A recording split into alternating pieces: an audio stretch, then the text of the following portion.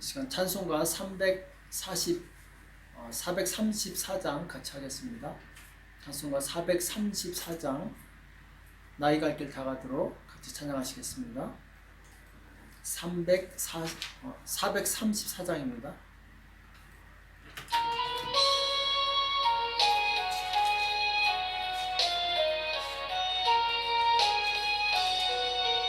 나의 갈 길 다가도록 예수 인도하시니 내 주 안에 있는 꿈을 어찌 의심하리요. 믿음으로 사는 자는 하늘 위로 받겠네. 무슨 일을 만나든지 만사 형통하리라. 무슨 일을 만나든지 만사 형통하리라. 나의 갈 길 다가도록 예수 인도하시니 어려운 일 당한 때도 족한 은혜 주시네. 나는 심히 고단하고 영혼 매우 가라나 나의 앞에 반석에서 샘물 나게 하시네. 나의 앞에 반석에서 샘물 나게 하시네.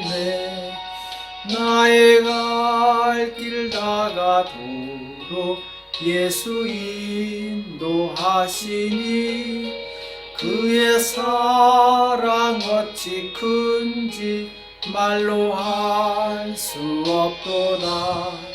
성령 감화 받은 영혼 하늘 날아갈 때에 영영 부를 나의 찬송 예수 인도하셨네.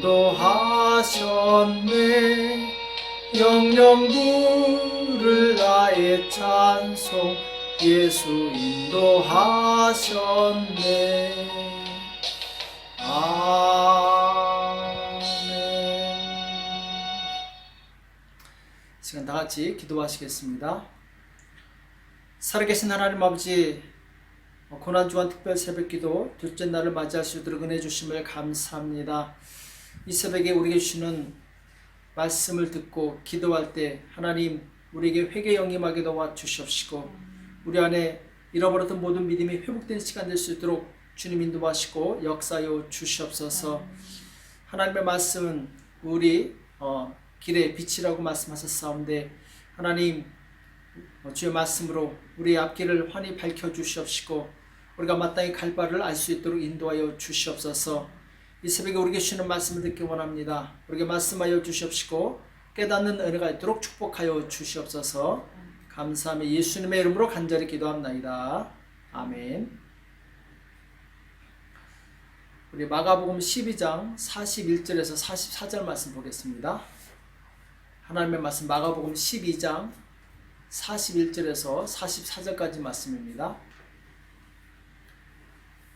마가복음 12장 41절에서 44절까지 말씀을 같이 한 목소리로 합독하도록 하겠습니다. 41절부터 44절입니다. 같이 읽겠습니다. 시작. 예수께서 연보궤를 대하여 앉으사 무리의 연보궤에 돈 넣는 것을 보실세 여러 부자는 많이 넣는데 한 가난한 부자는 와서 과부는 와서 두 렙돈 곧 한 고드란트를 넣는지라. 예수께서 제자들을 불러다가 이르시되 내가 진실로 너에게 이르노니 이 가난한 과부는 연보궤에 넣는 모든 사람보다 많이 넣었도다. 저희는 다 그 풍족한 중에 넣었거니와 이 과부는 그 구차한 중에서 자기 모든 소유 곧 생활비 전부를 넣었느니라 하셨더라. 아멘. 오늘 회개의 회복 두 번째 날 믿음의 회복에 대해서 말씀을 나누도록 하겠습니다. 자, 오늘 본문 말씀은 예수님께서 한 가난한 과부와 그리고 다른 부자들에 대해서 비유하시는 내용인데, 자, 오늘 이 부자는 많이 넣었는데, 자, 이렇게 말씀하고 있어요. 자, 연복회에 돈을 넣었는데 부자는 많이 넣었습니다. 자, 그런데 한 가난한 과부는 적은 소유지만 모든 소유 곧 생활비 전부를 넣었다, 이렇게 말씀하고 있죠. 이것을 보고 예수님께서 이 가난한 과부를 칭찬하시는 내용이 나옵니다. 자, 여기 보면은 예수님의 관점은 어디 있는가? 돈을 많이 넣고 적게 넣고 여기에 이 관점이 있는 것이 아니라 예수님께서는 바로 얼마나 그 사람이 주님을 의지하는가, 여기에 이제 관심이 있었던 거죠. 자, 오늘 부자는 많이 넣었다고 말씀하고 있습니다. 자, 액수가 얼마인지 모르지만, 자, 많이 넣긴 넣었지만 다 넣지는 않았던 거죠. 그러니까 자기를 위해서 쓸 것은 남겨두었다라는 거죠. 가난한 과부는 자기를 위해서 쓸 것을 전혀 남겨놓지 않았습니다.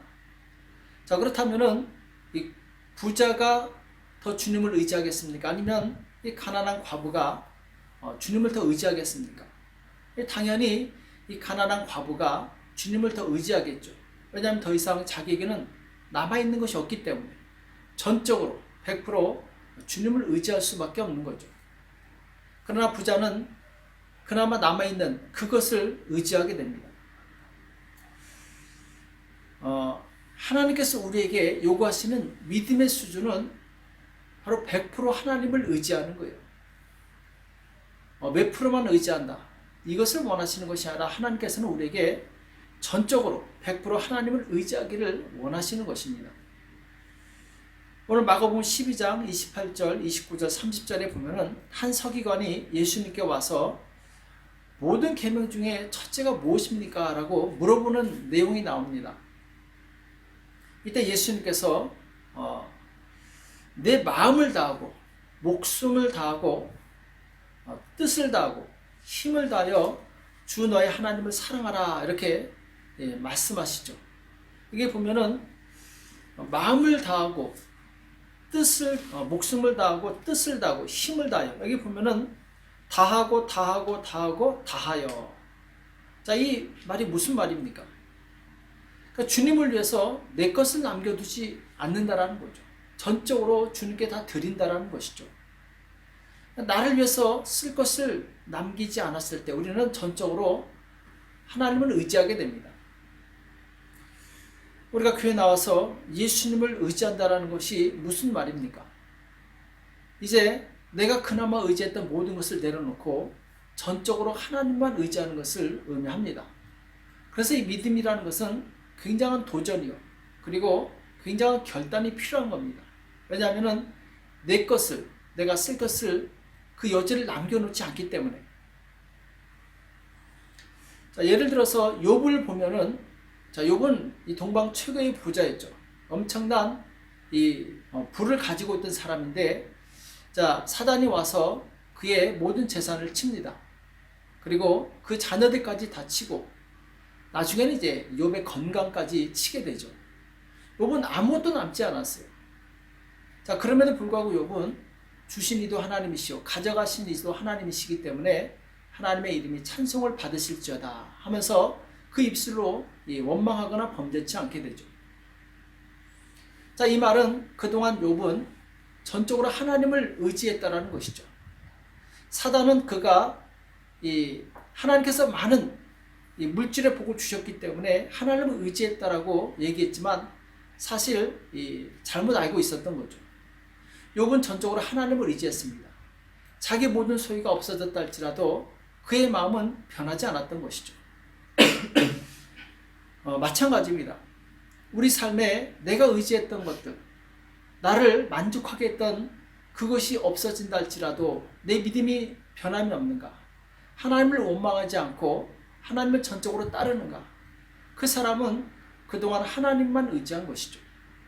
하나님께서는 바로 그것을 원하시는 것입니다. 어떤 조건이 아니라 바로 하나님만 의지하는 것. 그래서 이 믿음이라는 것은 100% 하나님을 의지하는 거예요. 우리가 천국 갈 때도 우리의 공로는 단 1%도 없어요. 100% 하나님의 은혜로 천국에 가는 것입니다. 우리가 이 땅에서 살아가는 것도 마찬가지예요. 우리 영혼이 구원받은 것이 하나님의 은혜라면 이 땅에서 살아가는 것도 역시 하나님의 은혜로 살아가야 된다는 것이죠.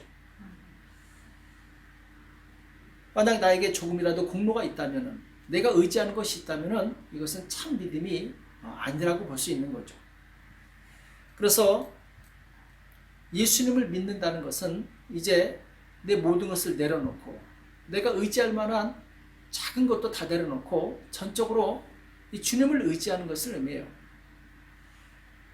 자, 열왕기상 19장에 보면은 이 엘리사가 엘리야 선자를 따르는 내용이 나오는데, 거기 보면은 이 엘리사가 소 12결이, 자, 12결이, 한 결이가 2마리이기 때문에 12결이면 24마리죠.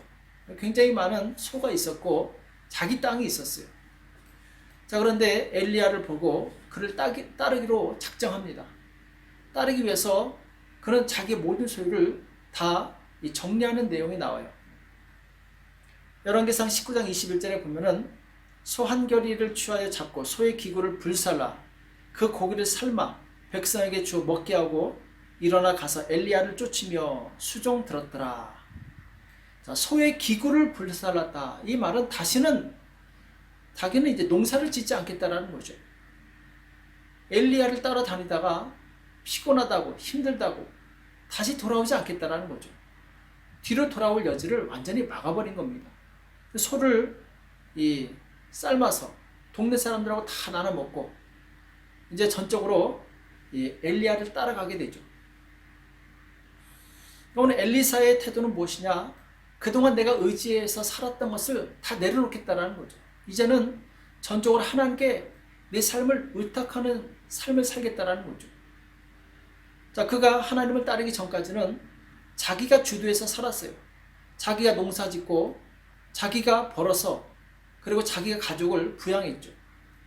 그러나 이제 그가 하나님을 따르기로 작정했을 때 그는 자기가 의지했던 모든 것을 내려놓고 하나님만 전적으로 의지하기로 합니다. 그 앞은 보이지가 않죠. 어떻게 될지 모르죠. 그러나 전능하신 하나님, 모든 것을 채워주신 하나님께 자신의 인생을 완전히 맡겨버립니다. 자, 주변 사람들이 볼 때 얼마나 무모하게 보이겠습니까? 또 믿음이 없는 사람이 볼 때 얼마나 불안하겠습니까? 저 사람 저렇게 어떻게 먹고 살려고 그러나 걱정을 많이 했겠죠. 자, 그러나 엘리사가 자신이 주도하던 이 삶에서 벗어나 하나님 주도의 삶으로 바뀌었을 때 그는 그 인생이 축복의 인생으로 완전히 바뀌게 돼요. 한 가정을 책임지던 가정에서 한 민족을 인도하는 위대한 하나님의 선지자가 되죠. 이 엘리사 한 사람으로 인해서 이스라엘 민족은 보호를 받습니다. 그리고 구약에 보면은 예수님과 거의 비슷한 이적을 행한 사람은 엘리사밖에 없어요. 그는 엄청나게 많은 이적을 행합니다. 나아만 장군의 나병을 치료하기도 하고 죽은 아이를 살리기도 해요. 또 적은 양식을 가지고 이 100명을 먹이는 예수님께서 오병이어의 기적을 일으키신 것처럼 엄청난 이적을 일으키기도 합니다. 그러니까 엘리사가 일으킨 많은 기적은 정말 엄청난 기적이었고 그리고 많은 사람들에게 큰 기쁨과 소망을 주게 됩니다. 그러니까 하나님께 자신을 맡겼을 때 하나님께서 그 삶을 정말 아름답고 축복되고 많은 사람에게 큰 영향을 미치는 사람으로 변화시켰다는 것이죠. 자, 여기서 우리가 이 믿음을 갖는다고 했을 때 여기에는 바로 엘리사처럼 자신을 내려놓는 것이 필요합니다. 곧 내가 주도하고자 하는 것, 내가 이끌고자 하는 이 자기 생각을 내려놓을 때 하나님께서 이끄시는 그 인생을 살 수 있다는 거죠. 그래서 로마서 6장 2절에서 4절에 보면은 우리가 세례를 받을 때 옛사람은 죽었다고 말씀하고 있어요. 그리고 물에서 올라올 때 세례 받은 후에 우리는 예수님과 연합되어서 이제 새 사람이 되었다고 말씀하고 있어요. 여기서 말하는 새 사람은 이제 예수님을 구주로 삼고 예수님을 따라가는 사람, 예수님께 자기 인생을 전적으로 맡긴 사람을 의미하죠. 로마서 8장 14절에도 보면은 우리가 예수님을 믿어 하나님의 자녀가 되었으면 이제 성령으로 인도를 받아야 된다, 이렇게 말씀하고 있어요. 하나님의 영으로 인도함을 받는 그 사람이 바로 하나님의 아들이라고 일컬음을 받는다고 말씀을 하고 있는 거죠. 우리가 정말 하나님의 아들입니까? 그렇다면 이제는 하나님의 성령의 인도하심을 받아야 될 줄로 믿습니다. 인도받을 때 내가 내 고집을 부리면 인도를 받을 수 없어요.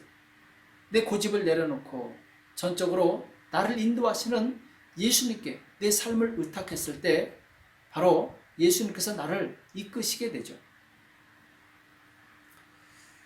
그래서 예수님께서 이끌으시는 삶, 예수님께서 주도하시는 삶은 바로 내가 나를 주장하지 않고 주님께 모든 주권을 올려드리게 돼요. 자, 이 말이 무슨 말인가? 자, 다윗 왕의 예를 들게 되면은, 자, 사울 왕이 다윗을 죽이려고 여기저기 쫓아다니죠. 다윗은 여러 번 죽을 고비를 넘깁니다. 왜? 약하기 때문에. 자, 그럼에도 불구하고 다윗에게 이 두 번의 기회가 주어집니다. 사울 왕을 죽일 수 있는 아주 절호의 기회가 주어지게 되죠.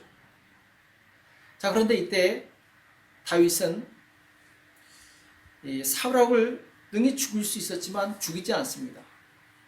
죽이기 전에 바로 이 사람은 하나님의 기름 부음 받은 자다. 이 사람이 전쟁터에서 죽든지 아니면은 하나님께서 다른 방법으로 심판하실 것이다. 내가 내 손으로 이 사람을 치지 않겠다. 이렇게 고백을 하게 되죠. 그러니까 다윗은 능히 자기가 할 수 있는 능력이 됐어요. 그리고 자기가 능히 그런 권리가 있었어요. 그러나 이 권리를 전적으로 하나님께 맡겨드립니다. 권리를 쓰지 않아요. 자기에게 능력이 있지만 그 능력을 쓰지 않습니다. 왜? 이것은 하나님께 속한 영역이기 때문에. 그래서 믿음이라는 것은 바로 하나님께 내 모든 것을 맡기는 거예요. 로마서 12장 19절에 보면은 내 사랑하는 자들아 너희가 친히 원수를 갚지 말고 진노하심에 맡기라. 자, 친히 원수를 갚지 말라고 하고 있죠. 우리는 나를 해코지하고 나를 힘들게 한 사람을 내가 갚으려고 하죠. 그러나 이제 믿음을 가진 사람은 내가 그 권리를 쓰지 말라는 겁니다. 하나님께 맡기라는 거죠. 기록되었을 때 원수 갚는 것이 내게 있으니 내가 갚으리라고 주께서 말씀하시느니라. 자, 주님께 원수 갚는 것을 맡기시기 바랍니다. 주님께 내 모든 권리를 다 맡기시기 바랍니다. 나는 순종하는 것이고 주님께서 결정하시는 거예요. 주님께서 일하시는 거죠. 우리가 내 마음에 들지 않는다고 상대방을 정죄하고 판단하는 것은 아직까지 내 인생의 주도권을 내가 잡고 있다는 거예요. 또 내가 원하는 대로 되지 않는다고 불평하고 원망하고 있다면 역시 내가 내 인생의 주도권을 잡고 있는 것입니다. 물질의 문제에 있어도 마찬가지입니다.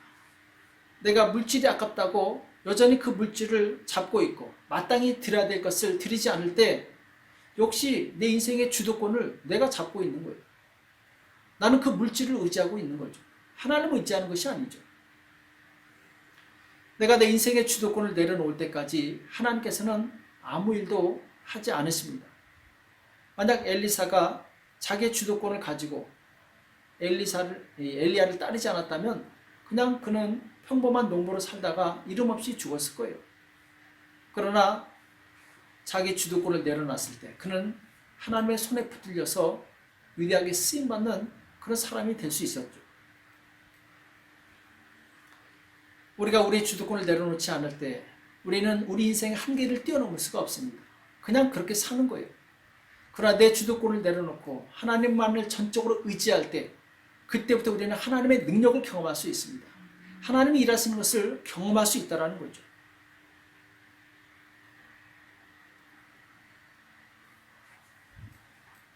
오스트리아 한 이 광장에서 유명한 이 바이올리니스트가 이 바이올린을 연주하고 있었어요.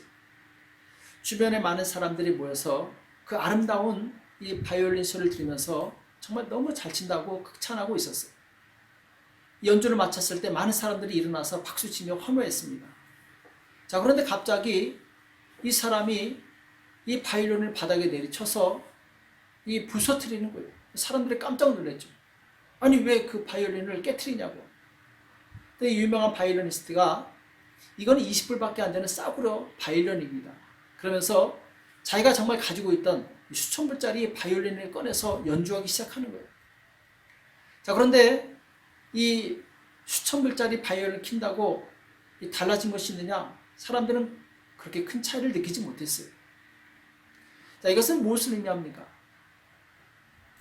바이올린이 중요한 것이 아니라 바이올린 키는 사람이 중요하다는 거죠. 싸구리 바이올린이라 할지라도 그 바이올린을 연주하는 사람이 위대하다면, 기술이 있다면 그 싸구려 바이올린에서도 아름다운 소리가 날 수 있다는 거죠. 우린 연약합니다.